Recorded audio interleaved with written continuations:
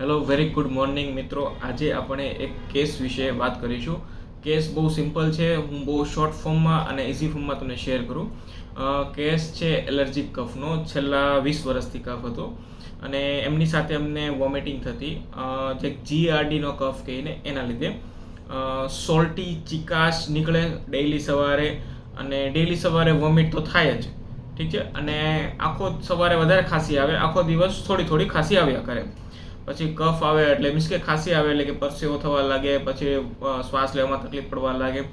જેમ જેમ જે સ્ટોવ એટલે કે આપણે કહીએ ને ગેસ કે ચૂલા પાસે જાય એમ કમ્પ્લેન એની એગ્રાવેટ થતી હતી, અને સવારે ઊભા થયા ત્યારે કમ્પ્લેન એગ્રાવેટ થતી હતી. બીજું એને લેફ્ટ સાઈડ જ ગળું પકડાઈ ગયેલું હોય એવું લાગે. લેફ્ટ સાઈડની આખો પગ દુખે, મતલબ કમરમાંથી નીચે આખો પગ જ દુખે. વન ટાઈપ ઓફ સાયટિકાનું ઇન્ડિકેશન આપણે કહી શકીએ. ધેન પગની પીંડીને એવું બધું વધારે દુખે.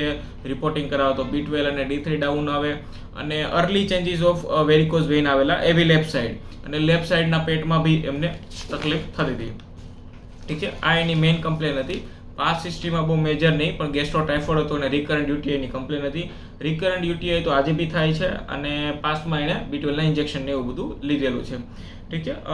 પર્સનલ ફિઝિકલ જનરલ્સમાં આમ જોવા જઈએ તો રિકરન્ટ યુટીઆઈ, હોટ છે, પેશન્ટ થર્સલેસ છે, સેન્સિટિવિટી અને સન નોઇઝ આ બધી વસ્તુથી સેન્સિટિવિટી છે, અને કાર સિકનેસ હતી, ઠીક છે. મોટું આટલું જ છે.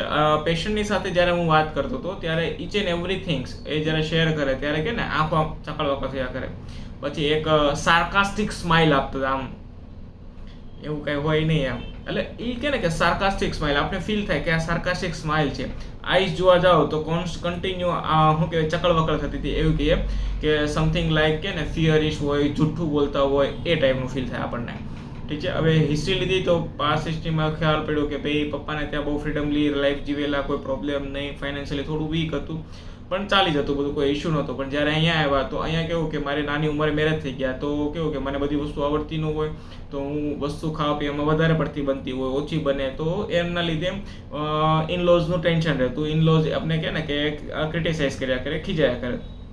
કોઈ હાર્શ વર્ડમાં નહીં પણ ખીજાયા કરે. હસબન્ડનો સ્વભાવ ડેન્જર હતો, તો એમને કેવું બધું ટાઈમે જોઈએ કે પહેલાં બધું વસ્તુ પહોંચી જવી જોઈએ, એટલે આ બધી વસ્તુ એને વધારે ફીલ થતી. એના લીધે એને ડરનો માહોલ રહેતો વધારે પડતો, ઠીક છે. પણ પોતે પેશન્ટ બિલકુલ વીક નહીં હતું, ફાઇટિંગ લેડી હતી, અને strong constitution, strong shoulder, broad shoulder, આ બધી જ વસ્તુ જોવા મળી હતી. હા, જો જ્યારે બી કેસ લો ત્યારે જરૂરી નથી કે ઈચ એન્ડ એવરી વસ્તુ એક કેસે જે આપણે દેખાય છે એ બી વન ટાઈપ ઓફ એક ડિસ્પોઝિશનનો પાર્ટ છે, એક કેરેક્ટરનો જ પાર્ટ છે. તો એના ઉપરથી આપણે અંદાજો લગાવી શકીએ કે પેશન્ટ વીક હશે, પેશન્ટ સ્ટ્રોંગ હશે, પેશન્ટ સાચું બોલે છે, પેશન્ટ ખોટું બોલે છે, શું છે. તો સમહાવ કેસમાં આવું જ હતું. અને એક ઓબ્સેસિવ હિસ્ટ્રી છે. મેં છે ને આખો કેસ તમને શોર્ટમાં કહી દીધું. જે ઇમ્પોર્ટન્ટ હિસ્ટ્રી છે એ તમને કહી દઉં છું, દેટ્સ વાય તમે બોર ના થાવ અને તમને ઇઝીલી કેસ અન્ડરસ્ટેન્ડ થઈ જાય, ઠીક છે. ઓબ્સ્ટેટિક હિસ્ટ્રીમાં એવું હતું કે 3 to 4 ડે પીરિયડ્સ આવે, નોર્મલ પીરિયડ્સ હતા, લ્યુકોરિયા હતા, અને શરદીનો કેમ જાડો કફ હોય એ ટાઈપનું વ્હાઇટ પાણી આવતું હતું, અને પેટમાં બહુ દુખે અને ખંજવાળ બહુ આવે. ટાઇટ ક્લોથિંગ એગ્રાવેટ છે, ઠીક છે. આના ઉપરથી મેં સિમ્પલ વસ્તુ લીધી હતી, એકદમ સિમ્પલ, કે એક તો મિસ્ચીવિયસ કેરેક્ટર છે, ઠીક છે.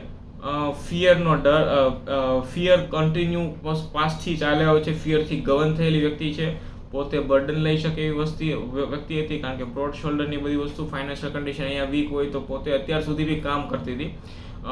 સોરી, તો થોડી હિસ્ટ્રી પેલી થઈ છે, તો અત્યાર સુધી બી કામ કરીને બધી વસ્તુને પૂરી પાડતી હતી. હમણાં એણે છેલ્લા વર્ષ દિવસથી કામ મૂકેલું છે, તો એ બધું રૂબ્રિકમાં ટર્ન નથી કર્યું, બટ અન્ડરસ્ટેન્ડિંગનું પાર્ટ છે. તો એક એ હતું, મિસ્ચીવિયસનો પાર્ટ હતો, અને જે એનો કફ હતો એ બહુ કેવું કે ટિપિકલ હતો.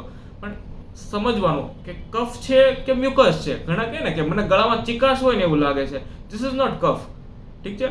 એને આપણે મ્યુકસ કહેવાનું, કે થ્રોટ મ્યુકસ છે. થ્રોટની અંદર જે મ્યુકસ છે એ સોલ્ટી હતું આ પેશન્ટને. તો મેં રૂબ્રિક લીધું, થ્રોટ મ્યુકસ સોલ્ટી, મિસ્ચીવિયસ અને સ્વીટ ડિઝાયર. આમાંથી આપણી પાસે બહુ બધી રેમેડી આવતી હતી, અને એમાંથી ચૂઝ કરીને જે strong ladies, fighting ladies, mischievous ladies, જેનું મેન્સીસ પ્રોફ્યુઝ હોય એવી, જે ટાઇટ ક્લોથિંગ એગ્રાવેશન હોય, હોટ હોય, થર્સલેસ હોય, આવી રેમેડી મેં આપી એમને લેકેસિસ. ઇનિશિયલી મેં એને ડ્રોપર આપેલી. ડ્રોપર ઇન ધ સેન્સ કે વોટર પોટેન્સી છે, આગળ તમે મારા વિડીયોમાં ચેક કરી લેશો. ડ્રોપર વોટર પોટેન્સીમાં આપેલી એવરી 3rd ડે. તો ઇનિશિયલી કેવું કે માઇલ્ડ ચેન્જીસ આવ્યા, ઠીક છે, કે ભાઈ કમ્પ્લેન બેટર થવા લાગી, વોમિટિંગ ઓછી થવા લાગી, ગેસ ઓછો થવા લાગ્યો, પેટ બળવાની ઓછું થઈ ગયું, પેટ ભારી ભારી નથી લાગતું, રેગ્યુલર ખાંસી આવતી એ બી ઓછી થઈ ગઈ, બેક પેન ઓછું થઈ ગયું, સાયટિકાનું પેન ઓછું થઈ ગયું, બર્નિંગ ઓછું થઈ ગયું યુટીઆઈમાં, સ્કિનની ડ્રાયનેસ હતી એ બી બધી વસ્તુ ઓછી થવા લાગી. પણ કહે ને કે માઇલ્ડ ચેન્જીસ હતા. તો આઈ થિંક કે ભાઈ મેડિસિને વર્ક તો કરેલું છે પણ પોટેન્સી ઓછી પડે છે અને રિપીટેશન ઓછું પડે છે. તો મેં શું કર્યું, પ્રોપર ડેઈલી કરી નાખી. માત્ર 12 દિવસની અંદર જ ઓલમોસ્ટ 90% બેટર, કફ બધું ડિક્રીઝ થઈ ગયો, વોમિટિંગ ડિક્રીઝ થઈ ગઈ, એસિડિટી ડિક્રીઝ થઈ ગઈ, થાક પીંડીને એવું બધું ડિક્રીઝ થઈ ગયું, ઊંઘ બરાબર આવી લાગી, યુટીઆઈની કમ્પ્લેન જ એકદમ નીલ થઈ ગઈ. સો કેસમાં લર્નિંગ પર્પઝ એ છે કે કેસને મેં આઈડેન્ટિફાઈ કરો એક રૂબ્રિક થકી, ડિસ્પોઝિશન થકી, એમના હાવભાવ પરથી. ક્યારેક બની શકે તમારી પાસે હિસ્ટ્રી સ્ટ્રોંગ હોય, ક્યારેક બની શકે તમારી પાસે હાવભાવ સ્ટ્રોંગ હોય, ક્યારેક એવું બની શકે કે તમારી પાસે ફિઝિકલ પર્ટિક્યુલર સ્ટ્રોંગ હોય, કેરેક્ટરિસ્ટિક હોય. તો એવરી કેસ ડિફરન્ટ છે, એકોર્ડિંગ ટુ કેસ એપ્લાય કરવાનું, ઠીક છે. અને સાથે એનું મેન્ટલ ડિસ્પોઝિશનને એટેચ કરી દેવાનું. જ્યારે બી ડીડી કરો મોસ્ટલી મેન્ટલ સાથે ડીડી કરવાનું, તો ક્રોનિક કેસ તમારા ઇઝીલી નીકળી જશે અને ફટાફટ રિઝલ્ટ આવશે. અને એમાં બી તમે જો વોટર પોટેન્સી યુઝ કરશો તો સોને પે સુહાગા, બહુ જ જોરદાર રિઝલ્ટ છે. સો તમે એકવાર ટ્રાય કરો.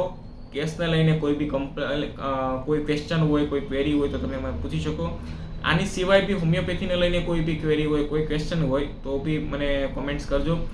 કોશિશ કરી ટ્રાય કરીશ કે એ કેસ પ્રમાણે અથવા તો એ ક્વેરી પ્રમાણે તમને આન્સર આપવાની અને બેસ્ટ સોલ્યુશન આપવાની ટ્રાય કરીશ. ધન્યવાદ.